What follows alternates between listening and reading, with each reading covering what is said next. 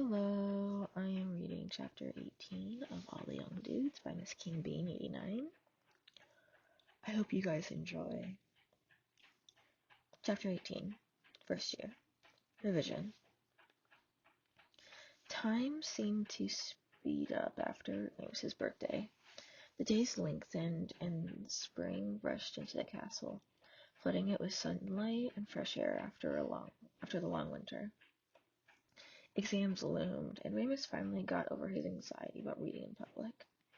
Spending more and more time in the library, instead of planning new schemes and pranks, the Marauders found their evenings devoted to practicing spells and quizzing each other on potion ingredients. Sirius and James took the exams very seriously. It was a competition to them, though they both would have denied vehemently. Remus suspected that they both had a desire to defend their pureblood honor.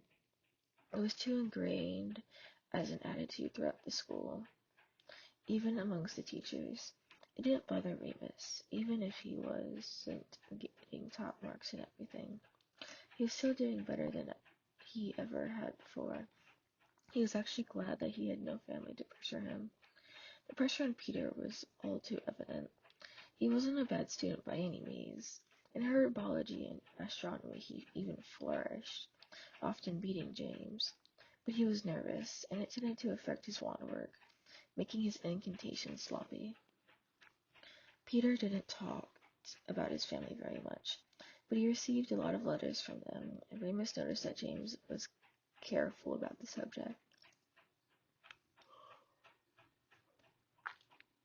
"How much do we need to pass this year?" the round-faced boy would ask desperately, at least 4 times a day. "Peter, calm down," James would soothe. "You're going to be fine. You know all this theory backwards by now. It's just putting it into practice." "I don't blame him for being a bit twitchy," Sirius whispered to Remus when the other two were out of earshot. "There have been at least 12 squibs in the Pettigrew family, and that's just this century." "Squibs? Not magical wizards," Sirius explained patiently. "You know how Muggle families sometimes have magical kids? It works the other way around, too. No one likes to talk about it much. My great-great-uncle actually had this mad theory that Muggles were swapping their children with ours so that they could infiltrate the wizarding world. Completely bonkers, obviously." "Right," Famous replied, hoping he sounded as if he understood everything Sirius had just said. "So, that's why Peter's magic is a bit wonky?" "I don't know." Sirius shrugged. "Maybe. I don't know if they can actually prove that squibbishness runs in the family. But it's the reason the Pettigrews aren't in the Sacred 28. Remus sighed heavily, fixing Sirius with his most withering look. "You know I don't know what that is." Sirius smirked. "Well, I don't know, Lupin. What with all the reading you do these days, nice to know there are some things I've got over you." Remus snorted a reply. Looking back at his work, Sirius carried on quickly, as if reluctant to lose the other boy's attention. "The Sacred 28 are the purest of purebloods, the last remaining untainted families." Remus gave Sirius another mean look. The dark-haired boy held his hands up, hurrying to explain. "Their words, not mine. You know I don't believe in that blood purity rubbish." "Right." Remus raised an eyebrow. "Bet the blacks are top of the list, though." "Actually," Sirius replied, eyes glittering with humor, "the Emmets are first. It's alphabetical." Remus groaned and went back to his potion revision. Exams were not on the top of Remus's list of things to worry about. He was relatively sure he would do okay. He'd even checked the examination rolls, which were 5 yards of parchment in length, and confirmed with the use of scriboclaria charm for tidying up handwriting was acceptable, as long as the student was able to perform the spell by themselves. Remus had been using the spell since November and had no concerns. Two things were worrying Remus far more than passing the year. First, there was the grim knowledge that he would have to return to St. Edmund's in June. Though he had only been away for a few months, the difference between St. Edmund's and Hogwarts seemed as vast as the difference between monochrome and technicolor. While other students cheerfully looked forward to a long, hot summer full of holidays abroad, relaxation, and lions, Remus felt as though he was facing exile. They weren't permitted to perform any magic outside of Hogwarts until they were 17, which meant that as long as losing contact with his friends, Remus would no longer be able to read. To him, summer stretched ahead, blank and desolate.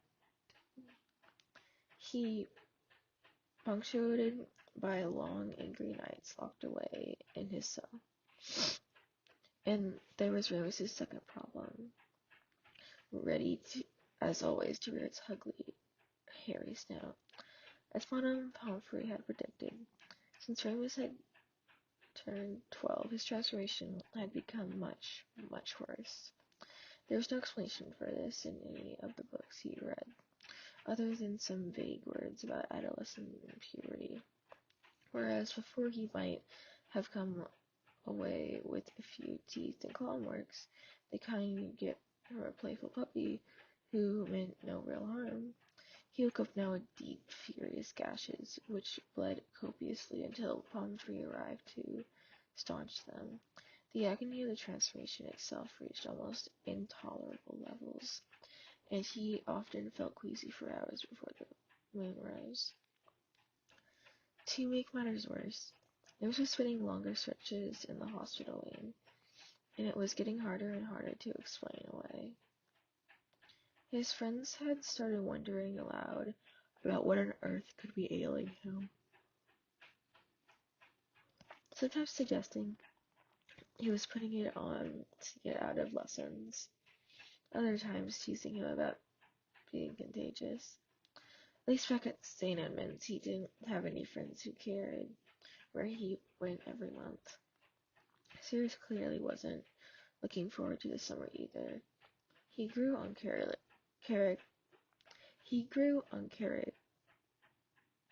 uncharacteristically quiet whenever the upcoming holiday was mentioned. His eyes clouded over, the color leaving his face. James invited all of them to stay at his for as long as they wanted. But Sirius remained pessimistic. "You know they'll never let me," he sighed. "Cheer up, mate." James slung an arm around his friend. They sat together on the big couch in the common room. Peter in an armchair, concentrating on turning a banana into a slipper. It wasn't working. Remus was lying on the rug in front of the fireplace on his belly. He had a cut on his back that wasn't knitting together properly, even after Madame Pomfrey's ministrations, and had found that this was the only position that wasn't uncomfortable. Sirius plainly didn't want to cheer up. "They won't, though. Bellatrix's bloody wedding is in June. You can bet I'll have to be around for all of it." "We got an invite to that," Peter suddenly spoke, looking up from his slipper, which was still bright yellow and looked unpleasantly squishy. "Probably see you there." "Yeah, great." Sirius huffed, exhaling hard, so that his long, fluffy long hair fluffed over his forehead. If I haven't been turned into a newt or cursed into a portrait for the summer. They actually did that to Andromeda once. She's never been the same. Hates wizard paintings now. After the wedding, James said, tactfully trying to steer the conversation away from the Black family, then we'll work something out. I'll break you out of there, if I have to, I swear. Sirius grinned at James, and James grinned back. Their body language mirrored perfectly, and Remus felt a pang of loneliness. He knew that there was much more to Sirius's family problems than just him being the black sheep. There were the scars Sirius had showed him back in September, obviously. But as far as Remus knew, those were perfectly normal. Matron beat him if he acted up, and he'd often get the cane from his Muggle teachers. There was no reason for him to suspect that Sirius's home life was out of the ordinary. James obviously knew a lot more about it. Remus could tell, because it was one thing Potter never teased Sirius about: family. They talked at night, a lot at night, the pair of them. Remus had heard Sirius crying more than once. It made him want to cast his own silencing spell. He hated the sound of tears, and rarely cried himself. You too, Lupin, James was saying. Huh?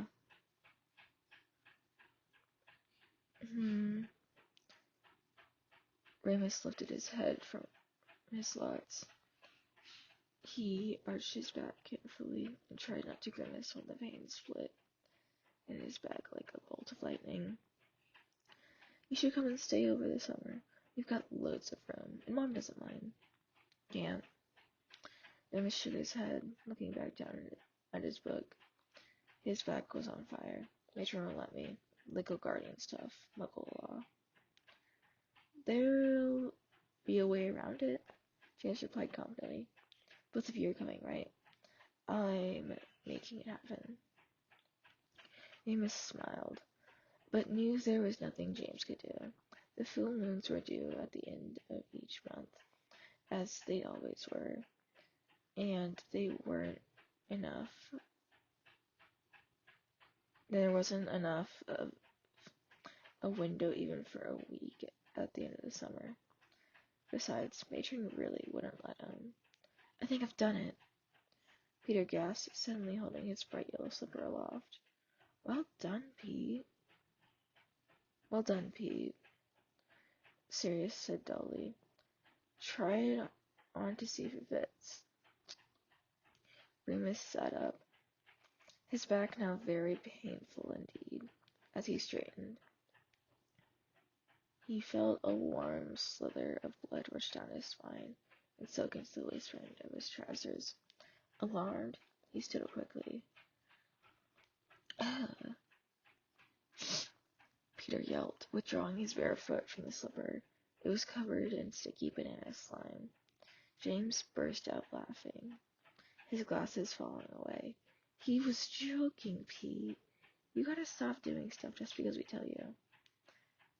You okay, Lupin? Sirius looked up suddenly. Remus was dithering on the rug. He had to get to the hospital ring right away, but he had no idea how to explain himself. Yeah, I think I might go for a walk. Where? It's almost curfew. Sirius's face lit up. What are you planning? No, nothing. I just fancied. Well, come. I'll get the cloak. No. They all froze, even Peter, who was halfway picking through banana strings between his toes. Remus stammered. I don't feel well. I just want to go to Madame Pomfrey. That's okay. That's all. Alright, mate. James held up his hand gently. Calm down. Want us to come with you anyway? I'll go, Sirius said quickly. He stood up and took Remus's elbow, steering him towards the portrait hole, before the other two could say anything. Sirius? Remus started, once they were out in the empty yard. It's alright, Lupin. I'm just walking you there. I won't go in with you or anything. Remus looked at him confused, then nodded and started walking.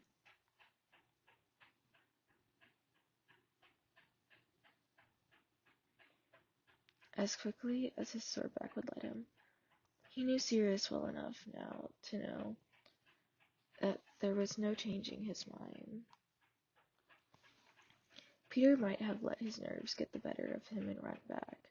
James might have respected his wishes. But Sirius?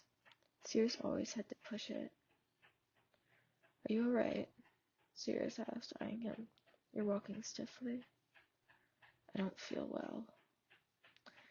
Remus repeated through gritted teeth. He hoped Sirius would just think he was angry with him, and not realize that he was actually biting back a growl of pain. Okay? Sirius replied smoothly. They continued walking in silence. When they finally reached the hospital wing, they stood outside awkwardly for a few minutes. Remus's hot embers glaring into Sirius's cool blue stare, as if daring him to ask a question. Hope you feel better, was all Sirius said.